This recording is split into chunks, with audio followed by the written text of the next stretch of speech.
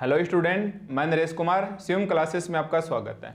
आज हम एमएससी प्रवेश जिसके अंदर हमारे पास पेपर 5th है मैकेनिक्स और इसके अंदर हमारे पास दो बुक रहने वाले हैं, डायनेमिक्स प्लस हाइड्रोडायनेमिक्स। ठीक है, आज हम यूनिट 4 लेक्चर 1 लेंगे और ये हमारे पास आज का एक बेसिक लेक्चर है। देखो, सबसे पहले हम पेपर 5th को पढ़ें, उससे पहले ये सीखें कि हमारे पास एक्चुअली मैकेनिक्स क्या होता है। तो ये वही मैकेनिक्स है जो आप बीएससी फाइनल के अंदर कभी यांत्रिकी नाम से पढ़ के आए हो। ठीक है, तो ये हमारे पास बीएससी 3rd ईयर वाली या फिजिक्स के अंदर खूब आपने नाम सुना होगा मैकेनिक्स। और मैकेनिक्स क्या है? साइंस की एक ब्रांच। आप जानते हो साइंस की बहुत सारी ब्रांच होती है, जैसे लाइफ साइंस, केमिकल साइंस, या फिर हमारे पास बात कर लें थर्मोडायनेमिक्स भी साइंस की एक ब्रांच है। ठीक उसी प्रकार मैकेनिक्स भी साइंस की क्या है कि ब्रांच है। तो अलग अलग बुक में आपको डेफिनेशन अलग अलग दिखेंगी। 11th क्लास में मैकेनिक्स की डेफिनेशन कुछ और दिखेगी। जैसे जैसे लेवल बढ़ता जाता है इस मैकेनिक्स की डेफिनेशन भी अपग्रेड होती जाती है। तो हम अपनी एमएससी प्रीवियस में इस मैकेनिक्स की डेफिनेशन का काम किस डेफिनेशन से चलाएंगे, जो आप देख रहे हैं इस वक्त ये लिखी हुई है। क्या लिखी हुई डेफिनेशन है कि mechanics is the branch of science. ठीक है, यहां तक कोई दिक्कत नहीं। Which deals with the action of force on the bodies. अब जिसका बैकग्राउंड हिंदी माध्यम है उसके कुछ समस्याएं आ सकती हैं। तो उन्होंने जरूर ऐसे सीखा होगा कि किसी पिंड अथवा कण के ऊपर क्रियाशील बलों के प्रभाव का जो अध्ययन किया जाता है वही हमारे पास यांत्रिकी कहलाता है। तो आज आपको इंग्लिश में लिखने की प्रैक्टिस करनी है मैकेनिक्स की डेफिनेशन को, कि mechanics is the branch of science which deals with the action of force on the bodies. हम सबसे पहले समझते हैं हमारे पास ये बॉडी क्या है और फिर हम समझेंगे ये एक्शन ऑफ फोर्स क्या है। ठीक है, ताकि आपके ये डेफिनेशन क्लियर हो जाए। एक्शन ऑफ फोर्स क्या है और हमारे पास ये बॉडी क्या है। इसको बॉडी बोल सकते हैं या बॉडीज आप ले सकते हैं। ठीक है, तो आज का लेक्चर हमारे पास बेसिक लेक्चर रहेगा। अगर हम इस लेक्चर को नहीं सीखेंगे, छोटे छोटे वर्ड्स अगर हम क्लियर नहीं करेंगे, तो आगे चल के शायद लेक्चर इतने अच्छे से आप समझ नहीं पाओगे। इसलिए इस लेक्चर को आप बहुत ही अच्छे ध्यान से देखेंगे। आज हम ये सीखेंगे कि मैकेनिक्स के अंदर हमारे पास ये बुक का डिवाइडेशन किस हिसाब से होता है। ठीक है, तो सबसे पहले आप इसको एक बिल्कुल इजी से एग्जाम्पल के माध्यम से समझेंगे।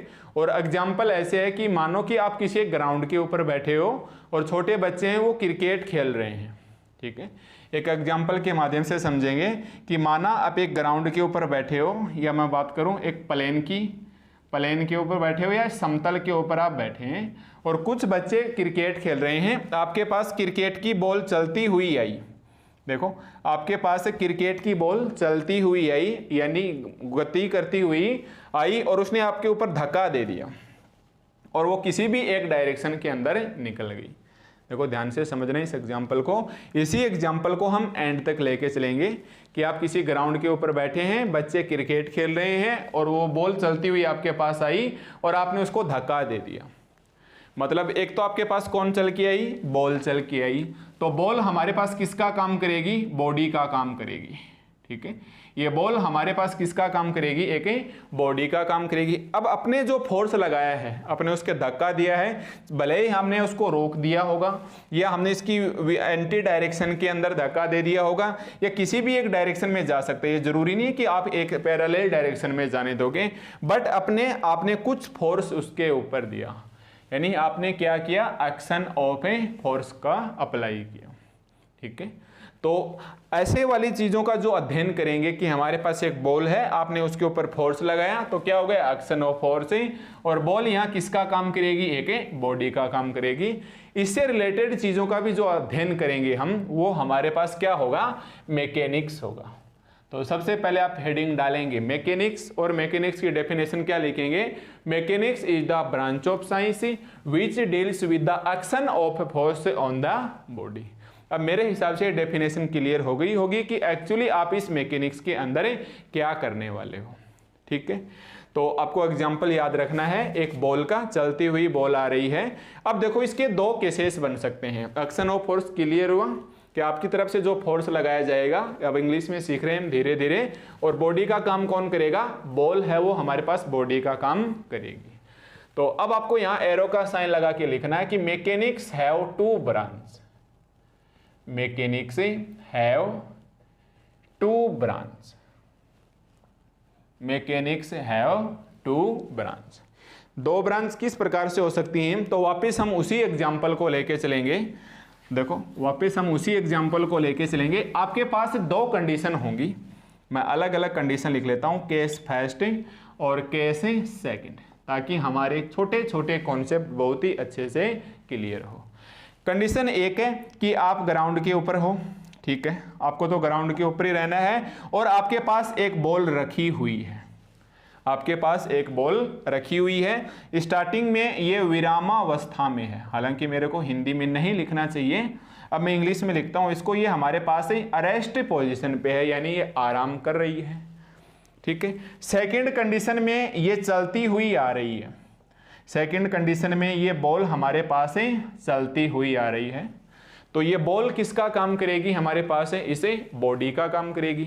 अब आपने क्या किया कि एक तो बॉल स्टार्टिंग में अरेस्ट पोजीशन पे थी, आपने इसके ऊपर फोर्स लगाया, तो ये बॉल अपने यहाँ से खिसक के आगे की ओर मूव कर जाएगी, यानी कोई भी एक डायरेक्शन में जा सकती है।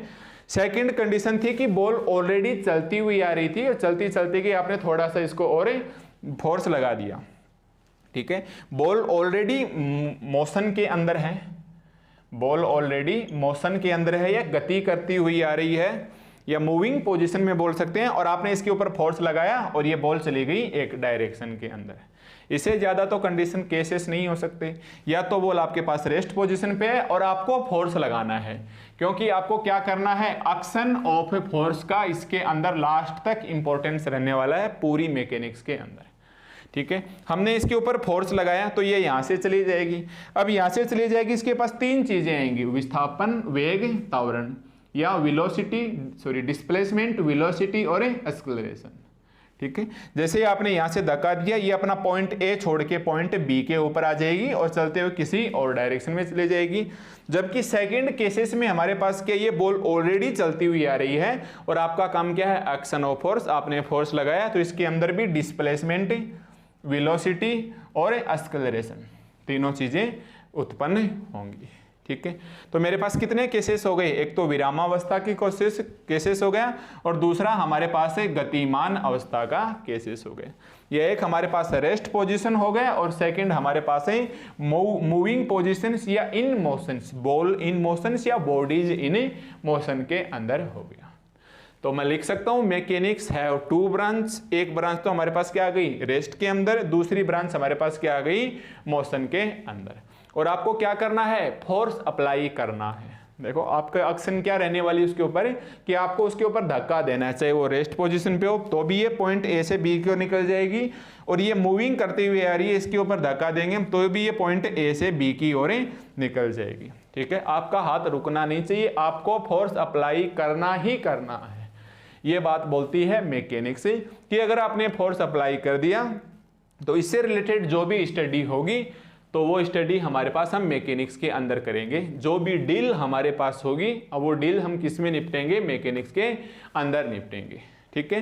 तो आपको फोर्स लगाना ही लगाना है, तो हम लिखेंगे number 1, in which the force, आपको फोर्स अप्लाई करना ही करना है, ठीक है। सेकंड कंडीशन में भी लिखेंगे इन विच द फोर्स, आपको इस हिसाब से बताऊंगा कि आप क्लासरूम में ही अभी समझ जाएंगे कि आपको एक्चुअली करना क्या है, ठीक है। दो केसेस बन रहे हैं, एक हमारे पास केसेस है रेस्ट के अंदर और आपको फोर्स लगाना है, सेकंड कंडीशन मूविंग पोजीशन है और आपको फोर्स लगाना है, ठीक है। तो हम लिखेंगे in which the force the body of rest, in which the force the body of rest, body of arrest, ठीक है। इसके अंदर क्या लिखेंगे, in which the force motion, in which the force motion. इसके पहले यहां एक वर्ड लिखेंगे और इसके पहले यहां एक वर्ड लिखेंगे। ध्यान से देखो, पहले वाली कंडीशन में क्या है, बॉडी हमारे पास रेस्ट में है और जैसे ही आपने इसके ऊपर फोर्स लगाया, या मैं हिंदी में बोलूं जैसे ही आपने इसके ऊपर बल लगाया तो ये इसके ऊपर क्या उत्पन्न हो गया, बल उत्पन्न हो गया, यानी हमारे पास से फोर्स क्रिएट हो गया। इसको इंग्लिश में हम क्या बोलेंगे, रिड्यूस, इसको हम इंग्लिश में क्या बोलेंगे, रिड्यूस, यानी फोर्स हमारे पास क्या हो गया, उत्पन्न हो गया। अब इसके अंदर क्या हम फोर्स उत्पन्न करेंगे? नहीं, ऑलरेडी चलती हुई आ रही थी। अब कोई बॉडी है या बॉल है चलती हुई आ रही, इसका मतलब इसके अंदर फोर्स तो है ही है, तो रिड्यूस तो नहीं कर सकते फोर्स को, और हमने उसके ऊपर धक्का दे दिया तो हमने उसके फोर्स को और ज्यादा बढ़ा दिया, तो ये हमारे पास क्या हो जाएगा? रिड्यूस की बजाय प्रोड्यूस हो जाएगा। रिड्यूस की बजाय हमारे पास क्या हो जाएगा? प्रोड्यूस हो जाएगा। तो दोनों वर्ड्स के अंदर थोड़ा सा आप अंतर रखना। पहली कंडीशन रेस्ट की है, सेकंड कंडीशन मोशन की है। फोर्स आपको लगाना ही लगाना है। तो पहले वाली रेस्ट पोजीशन पे थी, आपने फोर्स लगाया, फोर्स रिड्यूस हो गया। सेकंड कंडीशन में ऑलरेडी फोर्स था, ऐसी बात नहीं बॉल चलती हुई आ रही तो 100% इसके अंदर फोर्स था, और आपने थोड़ा सा और धक्का लगा दिया तो फोर्स को क्या कर दिया? प्रोड्यूस कर दिया, यानी और ज्यादा उत्पन्न कर दिया। ठीक है, तो ये हमारे पास आपने जो बॉल है दो ही कंडीशन में होगी। रेस्ट वाली कंडीशन को मैंने इस साइड में लिख लिया कि मैकेनिक्स की एक ये ब्रांच है। सेकंड कंडीशन में बॉल हमारे पास क्या है? इन मोशन के अंदर है, तो ये हमारे पास इसकी सेकंड कंडीशन आ गई। ठीक है, अब ये जो कंडीशन है, कंडीशन नंबर 1 कि in which the force reduce the body of rest, ये हमारे पास कहलाती है स्टैटिक्स। ये हमारे पास क्या कहलाती है भाई? स्टैटिक्स कहलाती है। यानी हम रेस्ट के अंदर जिस भी बॉडीज का स्टडी करने वाले हैं वो हमारे पास क्या आएगा? स्टैटिक्स आएगा। और जो सेकंड कंडीशन में हम जो स्टडी करेंगे वो हमारे पास कहलाएगा डायनेमिक्स। वो हमारे पास क्या कहलाएगा? डायनेमिक्स। ठीक है, तो पहली कंडीशन जब हमारे पास बॉल है रेस्ट पोजीशन पे है, वो किसके अंदर स्टडी करेंगे? हम स्टैटिक्स के अंदर, ये सब्जेक्ट कहलाएगा स्टैटिक्स ही। दूसरा हमारे पास बॉल ऑलरेडी मोशन के अंदर है, या आप चाहो तो इस प्रकार एक बार डायग्राम बना लेना ताकि आपके याद हो जाए कि ये बॉल चलती हुई आ रही है। पहले इस पोजीशन पे थी, फिर ये बॉल हमारे पास इस पोजीशन पे आ गई, आपने इसके ऊपर फोर्स से अप्लाई किया, आपने इसके ऊपर फोर्स से अप्लाई किया, कैसे भी लगा सकते हो, और एक डायरेक्शन की ओर निकल गई, ये बॉल हमारे पास ऐसे चली गई। तो ये हमारे पास कौन सी पोजीशन में आ गई? मोशन पोजीशन के अंदर आ गई।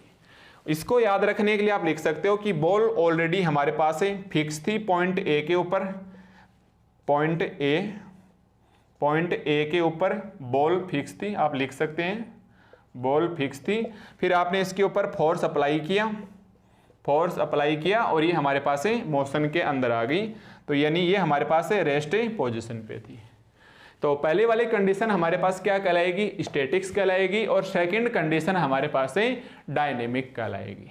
ठीक है, अब स्टैटिक्स अपने आप में एक सब्जेक्ट है, आपने जरूर सुना होगा स्थितिकी विज्ञान नाम से। काफ़ी सारी यूनिवर्सिटी के अंदर एमएससी के अंदर स्टैटिक्स भी एक सब्जेक्ट चलता है, यानी हमें इसका स्टडी नहीं करना है, ये अपने आप में एक अलग सब्जेक्ट है। ठीक है भाई, ये अपने आप में क्या है? एक अलग सब्जेक्ट है। हमें स्टडी किसका करना है? डायनेमिक्स का। देखो हमें किसकी स्टडी करनी है भाई? डायनेमिक्स की। ठीक है, और डायनेमिक्स का मतलब ऑलरेडी हमारे पास बॉल चलती हुई आएगी तो हम बोलेंगे a body in the motion. कोई भी एग्जाम्पल आएगा, कोई भी क्वेश्चन आएगा, हर बार वो किस पोजीशन में आएगा? मोशन के अंदर, इन मोशन या मूविंग पोजीशन, गति करता हुआ, मूविंग पोजीशन। कोई भी पार्टिकल या कोई भी बॉडी चलती हुई आएगी तो हमेशा किसके अंदर होगी? या तो लिख के देगा क्वेश्चन के अंदर इन मोशन, या फिर आपको लिख के देगा एक पार्टिकल इन मूविंग पोजीशन। ठीक है, कभी भी आपको रेस्ट वर्ड देखने को नहीं मिलेगा, क्योंकि ये हमारे पास किसका हिस्सा है? स्टैटिक्स का हिस्सा है, और इसका स्टडी हमें नहीं करना है। ठीक है, तो हम केवल और केवल किसकी स्टडी करेंगे? हम केवल और केवल हम स्टडी करेंगे डायनेमिक्स की। ठीक है भाई, केवल और केवल हम किसकी स्टडी करेंगे? डायनेमिक्स की। ओके, अब आ जाओ, फिर से हम दो तीन छोटी छोटी बातें देखेंगे। अब मतलब ये रेस्ट पोजीशन में हमारे सब्जेक्ट में नहीं है, इसलिए हम स्टैटिक्स को आपको यहाँ तक लिख के छोड़ देना है। अब ये वाली बात हमारे लिए काम की नहीं है। ठीक है, अब हमारा मेन पर्पज क्या हो गया कि हमारे पास ऑलरेडी एक बॉल चलती हुई आएगी। अभी तक देखो हाइड्रोडायनेमिक्स नहीं निकाल के लाए हैं हम, इसी डायनेमिक्स के अंदर हम डायनेमिक्स प्लस हाइड्रोडायनेमिक्स, और आज बुक के ऊपर जो नाम लिखा उन्हीं के बारे में चर्चा करेंगे। तो अब हमारे पास केवल प्योर पोजीशन बच गई कि बॉल चलती हुई आएगी, आपको उसके ऊपर फोर्स अप्लाई करना है और उसके आगे की ओर भेज देना है। ठीक है, तो अब ये मेरे पास वर्ड क्या आ गया? डायनेमिक्स। अब इसको मैं फिर से इधर लिख लेता हूं डायनेमिक्स, ठीक है। वैसे हिंदी में इसको गति विज्ञान बोलते हैं। तो आपने देखा होगा आपके पास जो बीएससी फाइनल थी, पेपर का नाम तो यांत्रिकी या मैकेनिक्स हुआ करता था, बट आपके बुक का नाम गति विज्ञान हुआ करता था। याद आ गया होगा, गति विज्ञान या डायनेमिक्स हुआ करता था। वो इसी वजह से हुआ करता था क्योंकि स्टैटिक से रेस्ट पोजीशन का हमें अध्ययन नहीं करना है, ठीक है। अब ये मेरे पास डायनेमिक्स बची और ये मेरे पास बॉल है ऑलरेडी चलती हुई आ रही है। अब हमें इसके बारे में डिस्कस करना है।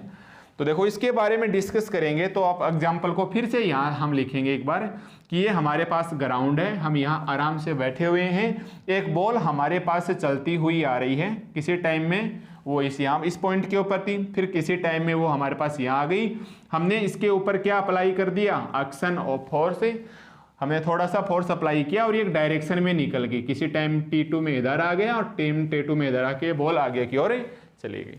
अब हमने जैसे ही इसके ऊपर एक्शन ऑफ फोर्स लगाया, इसके अंदर क्या क्या चेंजमेंट होगा।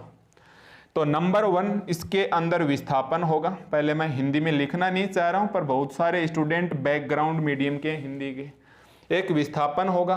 अब आपको पता है विस्थापन होगा तो वेग होगा और वेग होगा तो त्वरण होगा, ठीक है। अब इसको हटाओ, अब आपको लिखने की आदत डाल लो। ये डिस्प्लेसमेंट होगा, ये हमारे पास क्या होगा, डिस्प्लेसमेंट। वेग हमारे पास है वेलोसिटी होगा और त्वरण हमारे पास है एक्सेलरेशन होगा, जिसे आगे चल के आप ACC डॉट लिख के काम चला सकते हैं, पर एक बार पूरा लिखोगे एक्सेलरेशन होगा, ठीक है। एक हमारे पास डिस्प्लेसमेंट होगा, एक हमारे पास वेलोसिटी होगा, एक हमारे पास है एक्सेलरेशन होगा। अब मेरे हिसाब से ये नहीं बताना चाहिए कि डिस्प्लेसमेंट क्या होता है, वेलोसिटी क्या होता है, एक्सेलरेशन क्या होता है, क्योंकि अगर मैं बताऊंगा कि देखो भाई ये विस्थापन होता है तो कहीं ना कहीं आपकी इनडायरेक्टली इंसल्ट है। बट ऑफलाइन क्लासेस से इसका फायदा है, बहुत सारे बच्चे या तो भूल चुके होंगे या फिर आपके थोड़ा सा रिवाइज भी हो जाएगा। बहुत से बच्चों की मैं जब भी ऑफलाइन क्लासेस में पढ़ाता हूँ तो यहाँ मेजर समस्या क्रिएट हो जाती है। वो तो इतना जानते हैं कि चाल बराबर दूरी बटा समय और वेग बराबर विस्थापन बटा समय, वेग बराबर विस्थापन बटा समय, ऐसा जानते हैं। और कोई पूछे चाल में और वेग में डिफरेंस तो वो नहीं बता पाते हैं, ठीक है। तो आप एक बार आप स्पीड को बढ़ा सकते हैं अगर आपका ये पढ़ा हुआ है कि डिस्प्लेसमेंट क्या होता है, वेलोसिटी क्या होता है, एक्सेलरेशन क्या होता है। ऐसी बात नहीं है, हम ऐसे तक आए हैं तो 100% पढ़ा हुआ है, ठीक है। आप ऐसे समझोगे कि आपको एक पॉइंट A से B की ओर जाना है, आपको एक पॉइंट A से B की ओर जाना है, ठीक है। तो B की ओर जाने पर एक तो रास्ता ये हो गया PATH, पाथ 1 हो गया, तो ये तो सबसे शॉर्टेस्ट रास्ता हो गया। दूसरा आप ऐसे भी जा सकते हो या फिर आप ऐसे भी आ सकते हो या फिर कोई भी एक पाथ 2, इसको पाथ 2 बोलेंगे, पाथ 3 बोलेंगे, ये रास्ता 4 है, ये रास्ता 5 है। आपको पहुंचना है पोजीशन A से लेके पोजीशन B के ऊपर। अब जो सबसे शॉर्टेस्ट डिस्टेंस होती है पाथ P1 वाली, ये तो होता है हमारे पास डिस्प्लेसमेंट। देखो ध्यान रख लेना अगर किसी को नहीं पता है तो, सबसे शॉर्टेस्ट रास्ता है AB, तो हम लिखेंगे कि AB पर टाइम, AB पर टाइम शॉर्टेस्ट पाथ है। ये तो हमारे पास विस्थापन कहलाएगा डिस्प्लेसमेंट, ठीक है। ये तो हमारे पास क्या कहलाएगा, डिस्प्लेसमेंट। इसके अलावा दोबारा अगर आप लेंगे AB पाथ 1 के लिए तो डिस्प्लेसमेंट होगा, बाकी AB अपॉन, चाहे आप पाथ 2 लो या पाथ 3, पाथ 4, पाथ 5, कोई भी पाथ ले लेंगे वो टाइम के नीचे होगा, वो हमारे पास स्पीड होगी, जिसको हिंदी में क्या बोलते हैं, चाल बोलते हैं, ठीक है। तो मामूली सा अंतर है, जो शॉर्टेस्ट डिस्टेंस होगी उसके अंदर हम टाइम का भाग देंगे तो उसको तो हम डिस्प्लेसमेंट बोल देंगे। बाकी आपकी मर्जी, कहीं भी आप घूम के आओ, आपको जो भी आपकी डिस्टेंस तय की उसके टाइम के अंदर भाग देंगे, वो आपकी स्पीड होगी या चाल होगी, ठीक है। तो डिस्प्लेसमेंट तो हमारे पास ये हो गया। वेलोसिटी को ऐसे लिखेंगे चेंज इन डिस्प्लेसमेंट, या आप ऐसे कर देना कि वेलोसिटी हमारे पास क्या होती है, डिस्प्लेसमेंट पर टाइम, यानी चेंज इन डिस्प्लेसमेंट वेलोसिटी कहलाएगी। एक्सेलरेशन क्या कहलाएगा, चेंज इन वेलोसिटी, मतलब V के अंदर वेलोसिटी पर टाइम लिखेंगे तो ये हमारे पास क्या आ जाएगा, एक्सेलरेशन आ जाएगा, ठीक है। हालांकि मेरे को ये बात नहीं बतानी चाहिए थी, आप एमएससी के अंदर हैं, फिर भी मेरे को ऑफलाइन में ऐसे कमेंट्स आते रहते हैं। ऑफलाइन में जब भी मैं पढ़ाता हूँ तो ये समस्या आ जाती है, सर हम आज तक स्पीड के अंदर और डिस्प्लेसमेंट के अंदर, ये स्पीड और डिस्प्लेसमेंट क्या होता है, यहाँ काफ़ी कन्फ्यूजन रहता है। तो बात वही है, बस सबसे शॉर्ट दूरी के अंदर आओगे उसको डिस्प्लेसमेंट दे दिया जाएगा पर टाइम, बाकी आप कहीं भी घूम के आओ वो आपका एवरेज निकाल लिया जाएगा, टाइम का भाग दे के वो आपकी स्पीड बता दी जाएगी। ठीक है, तो हमारे पास मुख्य 3 चीजें, देखो ध्यान देना, आपको फोर्स अप्लाई करने के बाद मेजरली 3 चीजें क्रिएट होंगी, एक तो डिस्प्लेसमेंट, एक वेलोसिटी एंड एक एक्सेलरेशन। ठीक है, अब मेरे को नहीं बताने की जरूरत होना चाहिए कि वेलोसिटी क्या होता है, डिस्प्लेसमेंट क्या होता है और एक्सेलरेशन क्या होता है। ओके, यहां तक कोई डाउट?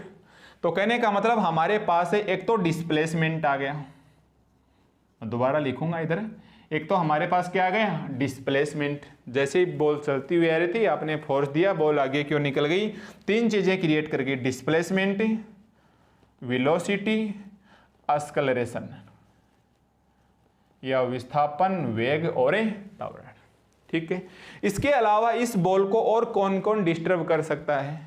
तो देखो आप आराम से ग्राउंड में बैठे थे, आपने बॉल के ऊपर फोर्स डाल दिया, हो सकता है उस वक्त वहां का टेम्परेचर उस बॉल के ऊपर इफेक्ट डाले, तो इसके ऊपर फोर्स के अप्लाई करने के बाद उस बॉल के ऊपर एक टेम्परेचर का भी इफेक्ट होगा। ठीक है, हमारे पास क्या होगा, टेम्परेचर का भी इफेक्ट होगा। ठीक है, हो सकता है जब आपने उस बॉल के ऊपर फोर्स लगाया हो, बॉल मान लो ए डायरेक्शन से एक पूर्व दिशा की ओर आ रही है और आपने फोर्स लगा के उसको पश्चिम दिशा की ओर भेज दिया, और हो सकता है उस वक्त हवा की स्पीड हो, यानी एयर की वेलोसिटी है, अगर मैं लिखना चाहूँ तो इस बुक के बॉल के ऊपर एयर की वेलोसिटी है, जो हवा के वेग की वजह से भी हमारे पास ये बॉल क्या होगी, डिस्टर्ब होगी। इसके अलावा प्लस कुछ अदर इफेक्ट होंगे, इसके अलावा हमारे पास कुछ अदर इफेक्ट होंगे। ठीक है, अदर इफेक्ट कैसे हुए, जैसे इसको आप ऐसे समझो कि वही बॉल चलती हुई आ रही है, आपने इसके ऊपर फोर्स अप्लाई किया और बॉल आपके पास यहाँ आ गई, तो वेलोसिटी, डिस्प्लेसमेंट, वेलोसिटी, एक्सेलरेशन तो हो गया, और दूसरी तरफ कोई और बच्चे खेल रहे हैं, उधर से एक नई बॉल चल के आ गई, इसको टक्कर मार के और इसको डिस्टर्ब कर दिया। देखो समझना कि आपकी जो बॉल फोर्स अप्लाई करने के बाद जिधर जा रही है उधर से कोई दूसरी बॉल आके उसके टक्कर देगी, तो 100% इसकी फोर्स में चेंजमेंट होगा, चाहे वो बढ़ जा सकती है, चाहे वो घट सकती है, किसी और डायरेक्शन में जा सकती है। तो मैंने उसके लिए क्या लिख दिया, प्लस हमारे पास कुछ अदर इफेक्ट भी होंगे। ठीक है, तो आपके फोर्स अप्लाई करने के बाद वो बॉल कहीं भी जाएगी, उसको डिस्टर्ब करने वाला displacement, velocity, acceleration, temperature, air velocity plus other effect, यानी कुछ बाह्य कारणों की वजह से भी वो बॉल हमारे पास डिस्टर्ब होगी। ठीक है, अब छोटे छोटे इनके सभी के बारे में स्टडी करना है कि डिस्प्लेसमेंट क्या है, वेलोसिटी क्या है, एक्सेलरेशन कैसे निकालेंगे, उस वक्त टेम्परेचर का भी, टेम्परेचर देखें कितने डिग्री था, उस वक्त एयर वेलोसिटी कितनी थी, प्लस कौन कौन से अदर इफेक्ट की वजह से हमारे पास वो बॉल चेंज हुई। तो एक तो हमारे पास ये पार्ट बन गया या फिर हमारे पास अगर हम केवल और केवल 3 ही चीजों का अध्ययन करें, डिस्प्लेसमेंट, अगर हम केवल 3 चीजें देखें, displacement, velocity, displacement, velocity and acceleration, ताकि आपके त्वरण की परिभाषा लिखने में कोई आसानी नहीं हो, तो मैंने डायनेमिक्स को 2 पार्ट्स के अंदर डिवाइड किया। पहले वाले टाइप्स में क्या है कि हम केवल और केवल डिस्प्लेसमेंट, वेलोसिटी, एक्सेलरेशन की बात करेंगे। सेकंड पोजीशन है कि हम डिस्प्लेसमेंट, वेलोसिटी, एक्सेलरेशन के साथ साथ temperature, air velocity plus other effect का भी स्टडी करेंगे। ठीक है, ताकि हमारे पास कुछ आसानी हो जाए। तो यहाँ तक कि डायनेमिक्स किस तक तो कोई दिक्कत नहीं है आपके। तो डायनेमिक्स को हमने 2 टाइप्स के अंदर डिवाइड कर लिया कि या तो हम फोर्स लगाने के बाद केवल 3 चीज़ों का अध्ययन करेंगे, डिस्प्लेसमेंट, वेलोसिटी एंड एक्सेलरेशन, और फिर हम इन सभी चीज़ों का अध्ययन करेंगे, displacement, velocity, acceleration plus temperature का इफेक्ट प्लस एयर वेलोसिटी का इफेक्ट प्लस अदर इफेक्ट। ठीक है, अगर हम इसको केवल 3 चीज़ों का अध्ययन करेंगे तो इसको मैं ऐसे बोल सकता हूं, प्योरली ज्योमेट्रिकल, प्योरली ज्योमेट्रिकल यानी शुद्ध ज्यामितीय, जिसको नाम किस नाम से जाना जाएगा, काइनेमेटिक्स। ठीक है, जिसको हम काइनामेटिक्स नाम से जानते हैं, और इसको हिंदी में बोलते हैं शुद्ध गतिकी। इसको हिंदी में क्या बोलते हैं? शुद्ध गतिकी बोलते हैं, बट आपको हिंदी में नहीं लिखना, ये हमको किस नाम से जानी जाएगी? काइनामेटिक्स।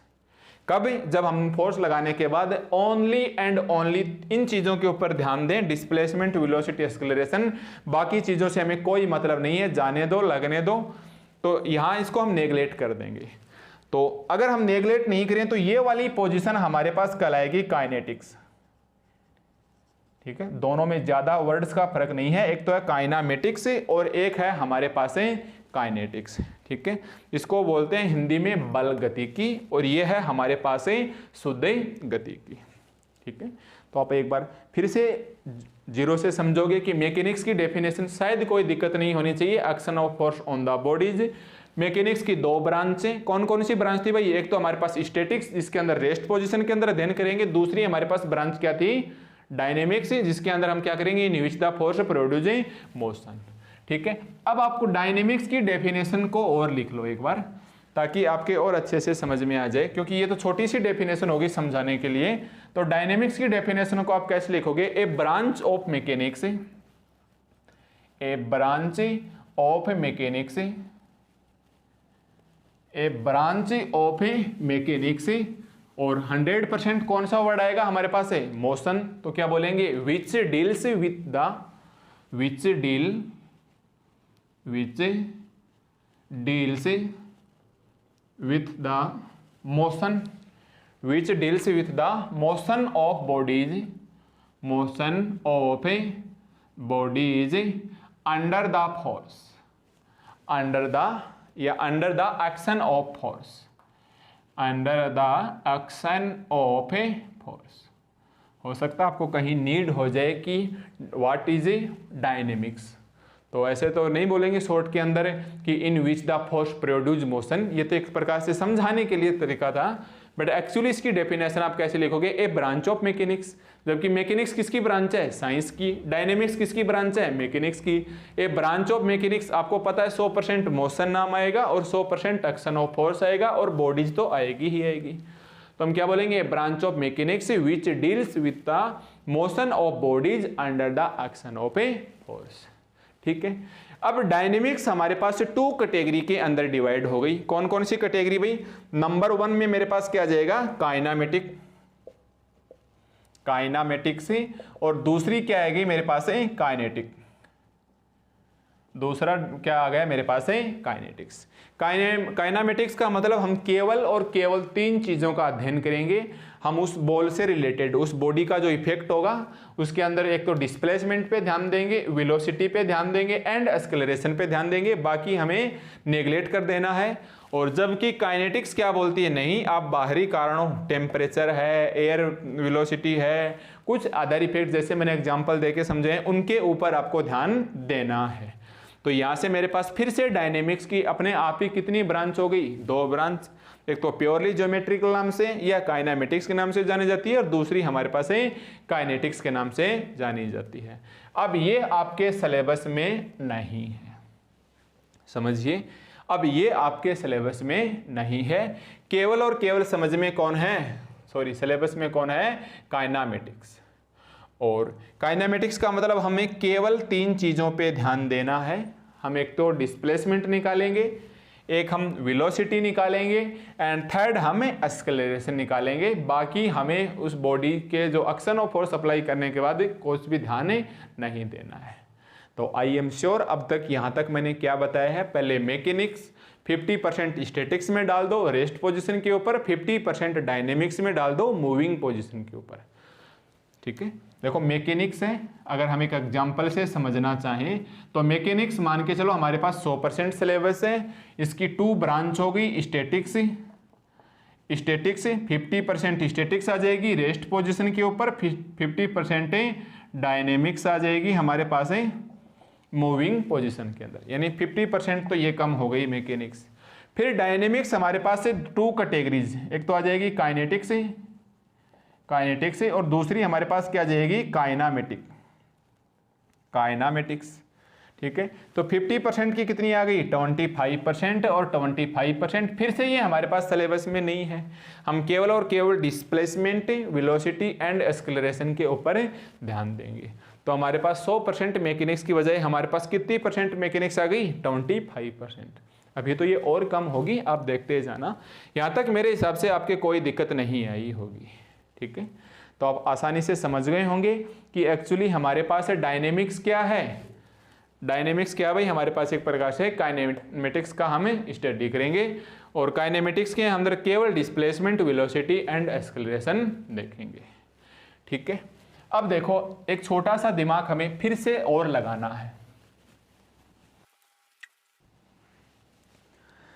अब देखो हमारे पास से फिर से, अब जो आप बॉल फेंक रहे हो, सॉरी फेंक नहीं रहे हो, आपके पास बॉल चलती हुई आ रही है, आप उसके ऊपर फोर्स लगा रहे हो।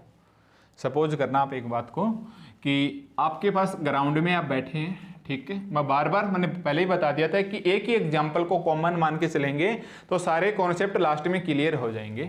तो ये बॉल हमारे पास मूविंग पोजीशन पे थी, फोर्स अप्लाई किया, आपने फोर्स अप्लाई किया और ये किसी भी एक डायरेक्शन में निकल गई। अलग अलग टाइम के ऊपर ये बॉल की पोजीशन अलग अलग है, यहाँ से चलती हुई आई, इन मोशन के अंदर रेस्ट के ऊपर रहेगी नहीं क्योंकि वो स्टैटिक्स का पार्ट है, फोर्स लगा दिया। ठीक है, सेकंड कंडीशन क्या हो सकती है, जरूरी थोड़ी आप ग्राउंड के ऊपर ही ये सारा क्रियाक्रम करें, हो सकता है ये बात आप पानी के अंदर देख लें, समझना इस बात को, हो सकता है आप यही काम नदी के किनारे बैठ के कर रहे हो, पीड़ित हो अपने कि आपने एमएससी क्यों लिया, कुछ समझ में नहीं आ रहा है और बैठे बैठे चिंता कर रहे हो, और पानी के अंदर कुछ चलता हुआ आ रहा है, कोई फूल वगैरह मान लो आप, या कोई भी कंकड़ पत्थर है, कोई ऐसी हल्की चीज़ होगी जो आपको आसानी से कोई भी एक बॉडी देखने को मिल जाएगी, वो अपने आराम से ऐसे चलती हुई आ रही है। देखो कभी भी वो ऐसे बिल्कुल स्ट्रेट चल के नहीं आएगी, उसके अंदर जरूर हल्का सा उसके अंदर ऐसे होता है, ऐसे जो लेयर्स होती हैं चलती हुई आ रही है। आप परेशान हो, आपका ये बेचारी कुछ भी नहीं ले रही थी, फिर भी आपने इसके ऊपर फोर्स दिया और किसी एक डायरेक्शन के अंदर दे दिया। आप कर सकते हैं ये काम, क्योंकि इस उम्र तक आते आते आपको तनाव समझने लगते हो कि एक्चुअली टेंशन क्या होता है या प्रेशर क्या होता है। बताओ, आई एम राइट और रॉन्ग, है ना, राइट है ना। या बैठे नदी किनारे बैठे हैं, आप कुछ सोच रहे हैं, या हो सकता है एमएससी के बारे में तो कौन सोचेगा, जितना टाइम किसके पास है, कुछ और घर गृहस्थी के बारे में या कुछ आपके दिमाग में और उल्टा सुल्टा चल रहा होगा, और आप बैठे हैं पानी में, चलो टूटी हुई चप्पल ही तैरती हुई आ रही है और आपने उसके धक्का दे दिया, यानी फोर्स लगा दिया। तो ग्राउंड की पोजीशन की बात थी, यही सेम पोजीशन क्या इसके अंदर अप्लाई नहीं हुई, सोच के देखना। एक तो ये पोजीशन थी, काम यही था कि कोई बॉडी थी चलती हुई आ रही थी, आपने फोर्स लगा दिया। सेम सिचुएशन इसके अंदर है, यस होगी इसके अंदर, कि पानी के अंदर कोई चीज़ चलती हुई आ रही है और आपने उसके ऊपर फोर्स लगा दिया। तो ये मेरे पास दूसरी पोजीशन हो गई। अब एक थर्ड पोजीशन और होती है जिसको आपको इमेजिन करना होगा। जैसे आप उसको इस प्रकार से इमेजिन करो कि बच्चे क्रिकेट खेल रहे हैं और किसी ने उसके एक चौका मारा, बॉल आपके हवा में आई और आपने कैच लेने की बजाय ऊपर का ऊपर ही उसे जाने दिया कि बॉल ऐसे हवा में आ रही है, और आपने उसके ऊपर फोर्स लगा दिया। और उस सारी सिचुएशन को एक कांच के शीशे के अंदर बंद करके देखो, जिसको हम ऐसे बोलेंगे कि उस सारी सिचुएशन को आप एक कंटेनर के अंदर बंद करके देखो कि हवा में अपने पास एक बॉल आ रही है और आपने इसके ऊपर फोर्स लगा दिया और ये हवा में ही चली गई। आगे चल के वो 100% ग्राउंड पे गिरेगी, पर उससे अपने को कोई मतलब नहीं है। अपने को तो तीन चीजें देखनी है, डिस्प्लेसमेंट, वेलोसिटी एंड एक्सेलरेशन। ठीक है, तो थर्ड कंडीशन हमारे पास क्या होगी कि यही हमारे पास जो क्रियाक्रम है ये हवा के अंदर भी हो सकता है। इससे ज़्यादा हमारे पास कोई भी इसकी स्टेट या इसकी पोजीशन नहीं बनेगी। पहली पोजीशन है ग्राउंड पे बैठे हो, बॉल आ रही है, धक्का दिया, बॉल चली गई। सेकंड कंडीशन है पानी के नदी के किनारे बैठे हो, हालांकि राजस्थान के बच्चे हैं, ज़्यादातर राजस्थान के बच्चे, आपको नदी शायद देखने को नहीं मिलेगी, बट अपने आउट ऑफ राजस्थान बहुत सारी नदी नहरें जाती हैं, तो उसके अंदर ऐसे बहुत से ये होता रहता है। कहीं घूमने गए होंगे तो ज़रूर आपने देखा होगा कि कुछ चलते हुए आ रहे हैं, पानी के अंदर धक्का दे दिया। तीसरी पोजीशन है बच्चे खेल रहे हैं, बॉल आपके पास हवा में आई, आपने और हाथ की डायरेक्शन दे के फोर्स लगा दिया, हवा की हवा में चली गई। आगे कहाँ जा रही है आपको कोई लेना देना नहीं है, केवल तीन चीज़ें, डिस्प्लेसमेंट, वेलोसिटी, एक्सेलरेशन। शायद आप पक जाओगे बार बार नाम सुनते हुए, डिस्प्लेसमेंट, वेलोसिटी, एक्सेलरेशन, पर अपना हर एग्जाम्पल, हर क्वेश्चन ये इन 3 वर्ड्स के आसपास घूमने वाला है। क्वेश्चन की लैंग्वेज अब तक आप समझ चुके होंगे। एक्शन ऑफ फोर्स दिखने वाला है, मूविंग पोजीशन दिखने वाली है। तो 3 चीजें, 3 कंडीशन हो गई। एक कंडीशन फर्स्ट ग्राउंड के लिए, सेकंड कंडीशन से वाटर के लिए, थर्ड कंडीशन हमारे पास है एयर के लिए। ठीक है, अब यही काम जरूरी नहीं है कि आप वाटर में ही करो, ये काम आप दूध में भी कर सकते हो। जैसे अपने घर पे गाय या भैंस का मिल्क निकाल के लेके आए और उसके ऊपर यहाँ तक अपने पास मिल्क भरा हुआ है और उसके ऊपर मान लो कोई जानवर, छोटा जानवर गिर गया या कोई तैर रहा है, वो निकलने की कोशिश कर रहा है, आप उसके खिसका खिसका के लाओगे ऐसे किनारे की ओर कि चल भाई तू बाहर चल, चल भाई तू ऐसे, तो वो भी अपने आप एक मूविंग पोजीशन में है। आप उसके ऊपर या तो आप पकड़ के बाहर फेंकोगे या हो सकता है आप इसका एंटरटेनमेंट भी कर सकते हो। तो जरूरी नहीं है कि वाटर ही हो। सेकंड कंडीशन हमारे पास ये मिल्क भी हो सकता है या कोई भी फ्लूइड टाइप का एक तरल पदार्थ ही हो सकता है। ठीक है, अब ये हमारे पास 3 पोजीशन बन गई। अब इसको मेरे को मैथमेटिक्स की भाषा में लिखना होगा। ठीक है, तो इसको हम लिखने के लिए क्या लिखेंगे, मैटर। ये वो मैटर नहीं जो आप समझ रहे हो, ये है मैटर। ठीक है, मैटर की हमारे पास 3 पोजीशन होती हैं जहां तक मैं जानता हूं। फर्स्ट कंडीशन सॉलिड, फिर ये हमारे पास लिक्विड और ये हमारे पास है गैसेस। देखो सॉलिड स्टेट, ये हमारे पास लिक्विड स्टेट है और ये हमारे पास है गैसीय स्टेट। ये आपने जरूर पढ़ा होगा, पदार्थ की 3 अवस्था होती हैं, ठोस, द्रव और गैस। छोटी क्लासों में हमने बहुत सीखा है भैया विज्ञान के अंदर कि ठोस, द्रव और गैस। शायद आप लोगों ने भी इसे बहुत अच्छे से पढ़ा होगा कि पदार्थ की 3 अवस्थाएं होती हैं, ठोस अवस्था, द्रव अवस्था और गैस अवस्था। द्रव अवस्था और गैस अवस्था। तो हम लिखेंगे मैटर। मैटर हमारे पास 3 टाइप्स का होगा। नंबर 1 सॉलिड स्टेट, नंबर 1 हमारे पास है सॉलिड स्टेट, इंग्लिश में लिख देंगे आज हम। सेकंड नंबर पे हमारे पास क्या होगा, लिक्विड स्टेट, लिक्विड स्टेट। और थर्ड नंबर पे हमारे पास क्या होगा, गैसीय स्टेट, गैसीय स्टेट। शायद आप लोगों ने ये पढ़ा होगा कि पदार्थ की 3 अवस्थाएं होती हैं, ठोस, द्रव और गैस। अगर किसी ने ग्रेजुएशन यानी बीएससी ईमानदारी से किया है तो फिजिक्स के अंदर 100% मैकेनिक्स एक पेपर होता था, तो वो बच्चे कभी भी ऐसे नहीं बोलेंगे कि पदार्थ की 3 अवस्थाएं होती हैं, सॉलिड, द्रव और गैस। वैसे बोलेंगे सर फ्लूइड, सॉरी ये हमारे पास मैटर 2 टाइप्स में होता है। नंबर 1 सॉलिड स्टेट और सेकंड होता है हमारे पास है फ्लूइड स्टेट। सेकंड हमारे पास क्या होता है, फ्लूइड स्टेट। फिर फ्लूइड स्टेट खुद 2 टाइप्स में होता है, एक तो लिक्विड में आ जाएगा और दूसरा हमारे पास है गैसेस के अंदर आ जाएगा। ठीक है, हम किसी समय विज्ञान में ऐसे पढ़ते थे कि पदार्थ की 3 अवस्थाएं, ठोस, द्रव और गैस। बट आप लोगों ने ग्रेजुएशन के अंदर जरूर देखा होगा। अगर नहीं देखा है तो आप अनलक्की हो या आपने मेहनत नहीं की होगी या आप 5 ईयर्स के सोल्ड पेपर लेके पास हो गए होंगे, उसमें मैं दोषी नहीं हूँ। ठीक है, कहीं आप सोच लेते होंगे। तो अपना काम क्या है कि मैटर की 2 पोजीशन होंगी। कभी भी ऐसे नहीं होता सॉलिड, लिक्विड और गैसेस से, तो आप ऐसे लिखोगे मैटर। और मैटर हमारे पास 2 पोजीशंस में होता है। Number 1 solid state, number 1 solid state यानी ठोस अवस्था। सेकंड है हमारे पास है फ्लूइड स्टेट। ठीक है, सेकंड हम क्या लिखेंगे, द्रव अवस्था। इसको हिंदी में द्रव बोलते हैं और इसको शायद तरल या कुछ द्रव अवस्था भी बोलते थे, ठोस, द्रव, गैस, या कुछ कई जगह इस लिक्विड को तरल पदार्थ बोल दिया जाता है। ठीक है, तो सेकंड हमारे पास क्या होगा, फ्लूइड स्टेट। सेकंड हमारे पास क्या होगा, फ्लूइड स्टेट। ठीक है, तो आप ऐसे नहीं लिखोगे matter in solid, liquid and gases, ऐसा लिखना गलत है। आप ऐसे लिखोगे कि सॉलिड एंड फ्लूइड। फिर फ्लूइड खुद 2 टाइप्स में है। नंबर 1 लिक्विड, लिक्विड स्टेट और सेकंड हमारे पास है, फिर से इसके अंदर फर्स्ट सेकंड डालेंगे तो ये हमारे पास क्या आ जाएगा, गैसीय स्टेट, गैसीय स्टेट। ठीक है, बहुत सारी छोटी छोटी बातें यहाँ क्लियर हो रही है।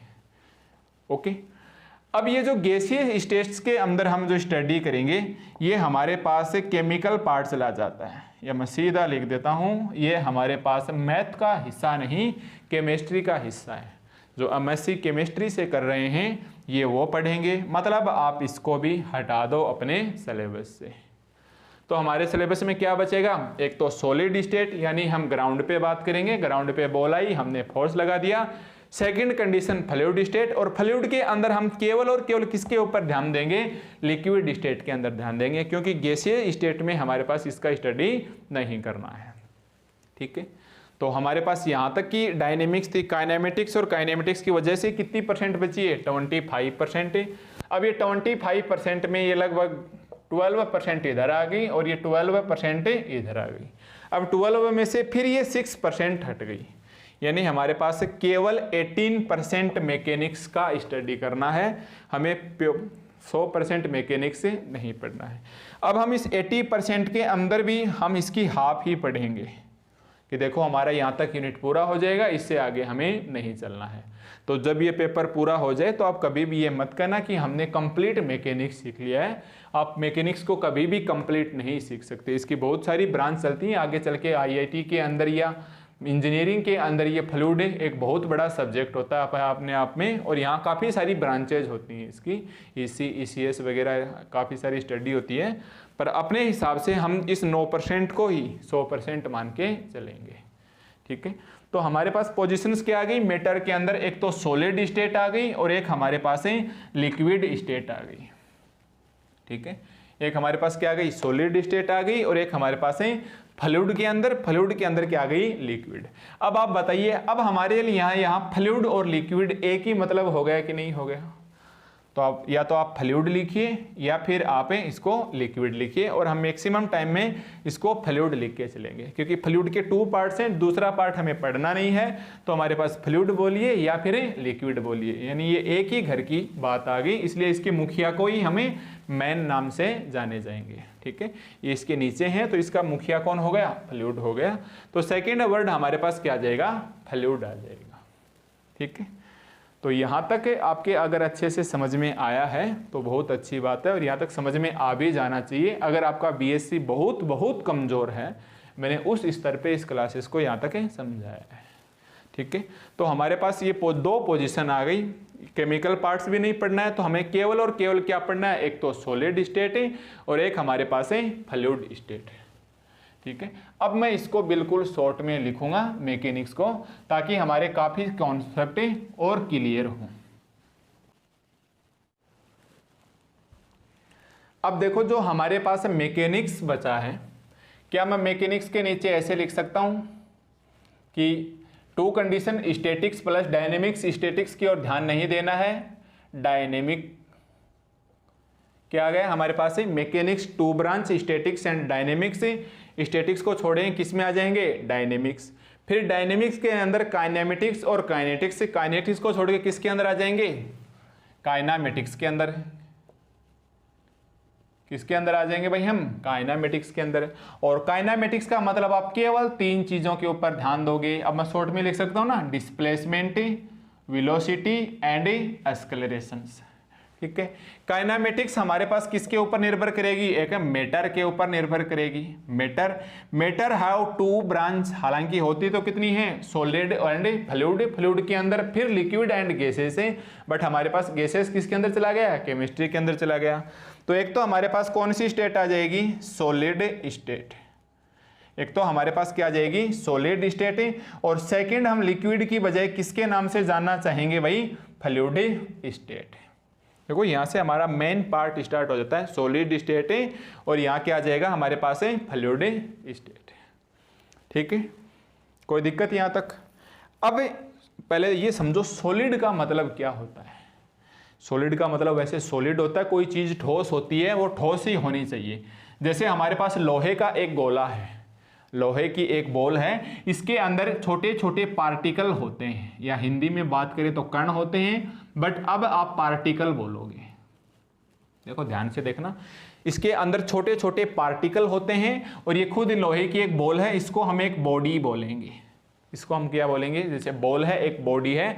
अगर ये हमारे पास सॉलिड है, इसका मतलब ये अंदर से भरी हुई है, इसके अंदर छोटे छोटे पॉइंट्स हैं, छोटे छोटे पॉइंट्स को हम क्या बोलेंगे, पार्टिकल बोलेंगे।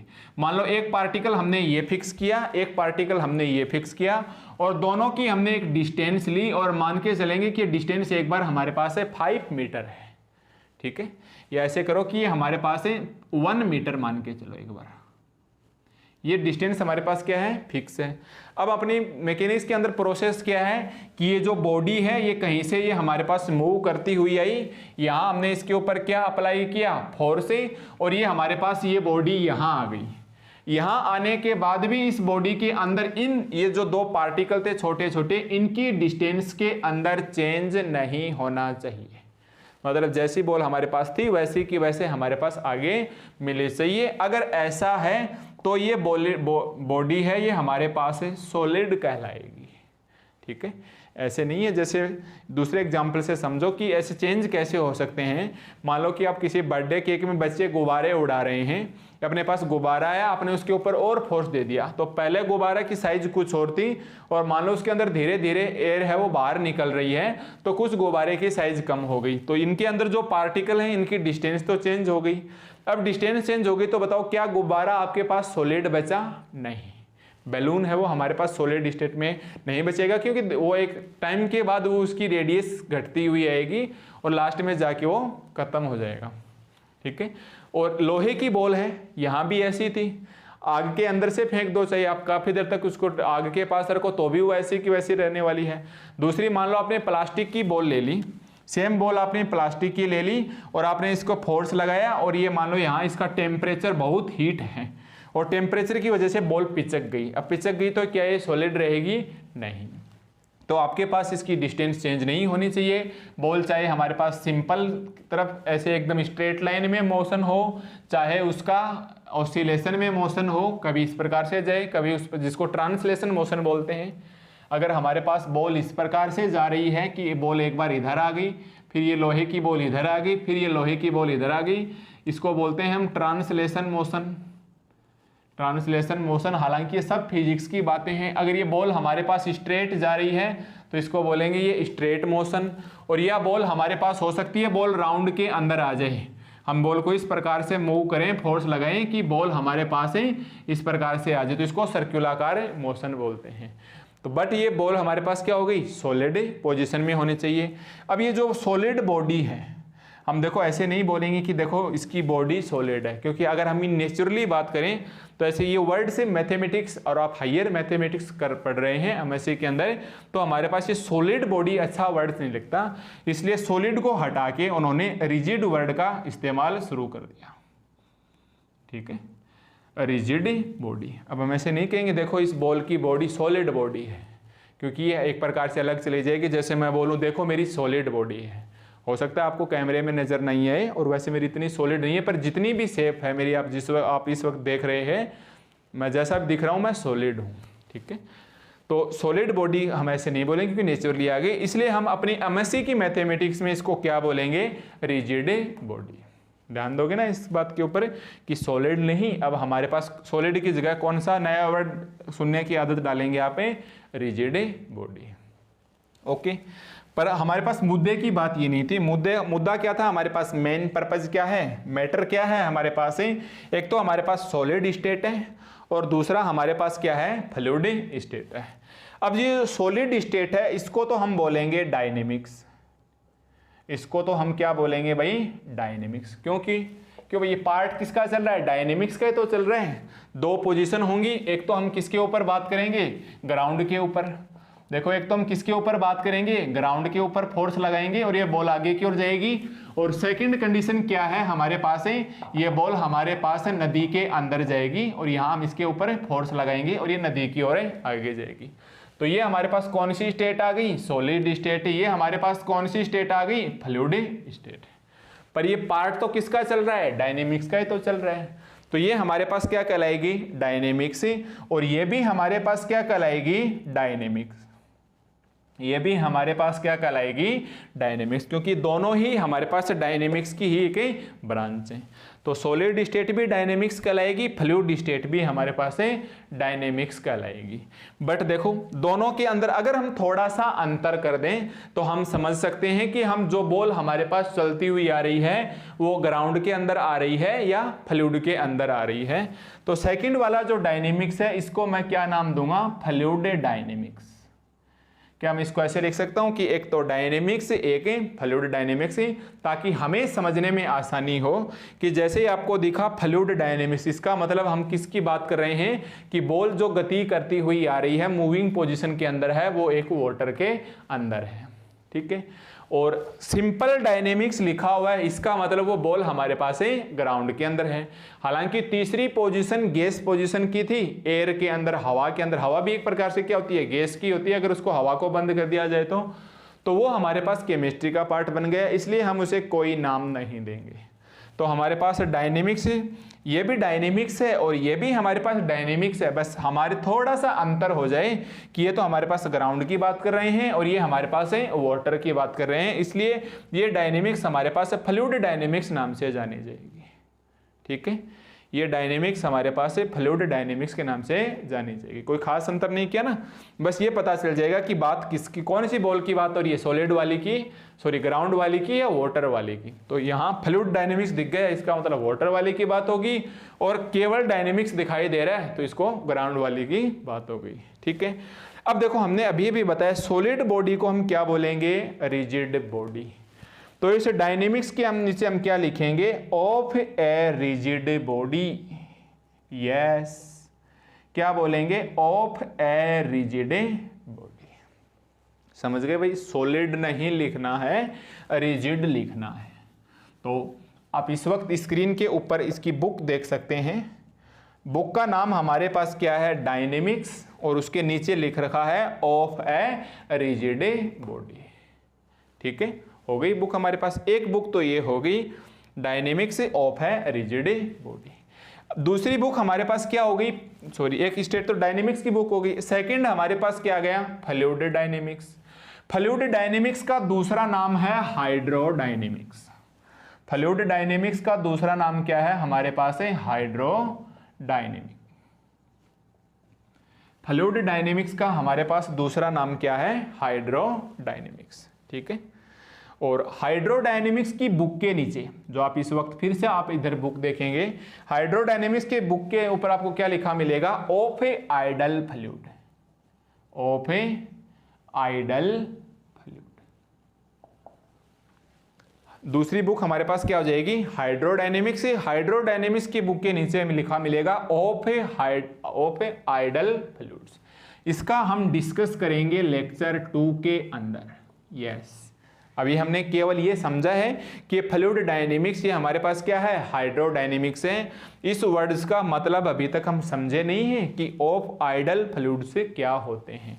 ये भी अपने आप में कम से कम आपका लगभग एक लेक्चर लेके आ जाएगा, ताकि हमारे पास जैसे ही हम थर्ड लेक्चर में हमारा सिलेबस स्टार्ट करें, हम एकदम निश्चिंत रहें कि हमें एक्चुअली करना क्या है और क्वेश्चन को किस प्रकार से मूव करना है। क्योंकि हमारा मेन टारगेट है वो हमारे हर लेक्चर को अच्छे से समझना है। बेसिक लेक्चर नहीं समझेंगे, आगे के लेक्चर जीरो जाएंगे, चाहे आप कितना भी जोर लगा लेना, पर समझ में नहीं आएंगी। क्योंकि रट ही लोगे तो क्या मतलब रहेगा। तो इस मैकेनिक्स को अपने को फील करना है, और फील एक बार थोड़ा सा फील तो जरूर आ गया होगा कि हाँ बॉल चल के आ रही है, जा रही है, दूसरी कहानी पानी के अंदर है, तीसरी कहानी की हम बातें नहीं करेंगे। और किस प्रकार से ये बुक्स के अंदर डिवाइड होता है, एक तो डायनेमिक्स चलाया जाता है और एक है हमारे पास है हाइड्रोडायनेमिक्स चलाया जाता है। हालांकि दोनों मिला के क्या है, डायनेमिक्स, पर इसके पीछे फ्लूइड लग गया या हाइड्रोडायनेमिक्स बोल दिया, ताकि हम निश्चिंत रहें, तुरंत हम इस केसेस के अंदर आएंगे। और अगर हमारे पास केवल डायनेमिक्स लिखा हुआ है और सॉलिड की जगह क्या लिखेंगे, रिजिड बॉडी, तो तुरंत हम किसके अंदर आ गए, सॉलिड स्टेट के अंदर आ गए। ठीक है।